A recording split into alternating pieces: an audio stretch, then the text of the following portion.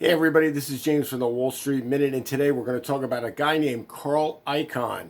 When you hear that name, I would suggest you pay very careful attention to whatever he says.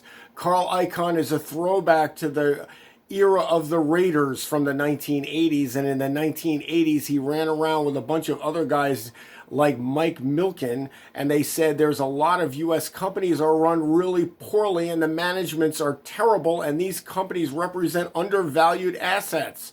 Well, Icahn is suddenly seems to have come out of the closet again recently, and is taking advantage of this sell-off and blasting a lot of U.S. companies for their terrible management, which I fully agree with. I noticed today there's talk that Icahn has now targeted McDonald's. Anyway, this is James from the Wall Street Minute. This is a guy you should really pay attention to. Say hello, leave comments, and of course, subscribe to these videos.